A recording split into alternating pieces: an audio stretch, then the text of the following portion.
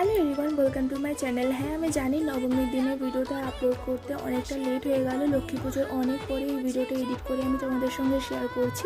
এবছর পুজোটা আমার খুব একটা ভালো কাটেনি। পুরো পুজোটা আমার মুড অফই কেটেছে, কারণ বাবার শরীর খারাপ ছিল। পুজোর ঠিক 2 থেকে 3 দিন আগে বাবার একটা অ্যাক্সিডেন্ট হয়। বাবা কাজে যাওয়ার পথে রাস্তায় একটা বাইকের সঙ্গে আর বাবার সাইকেলের সঙ্গে ধাক্কাধাক্কি হয়, আর বাবা এক সাইড হয়ে পড়ে যায়। বাবার মাথায়, মুখে, কোমরে, কাঁধে, পায়ে এগুলোতে চোট লাগে। তো সেই জন্য বাবা হাঁটতেও পারতো না, আর বাবাকে নিয়ে কোথাও প্যান্ডেল ওপেন করা যেত না।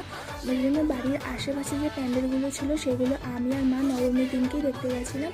যেহেতু আমি আর মা বাবা আমরা তিনজনে মিলেই প্রত্যেক বছর ঠাকুর দেখতে বেরোই, সেই জন্য এবছর ভেবেছিলাম কোথাও ঠাকুর দেখতে যাবো না। তাই বাবা জোর করছিল যে নবমীর দিনটা অন্তত আছে, সেই ঠাকুরগুলো দেখে আয়, আশেপাশে যেগুলো রয়েছে। তো সেইগুলি আমি আর মা দেখতে গেছিলাম। এবছর পুজোটা আমার এভাবেই কেটেছে।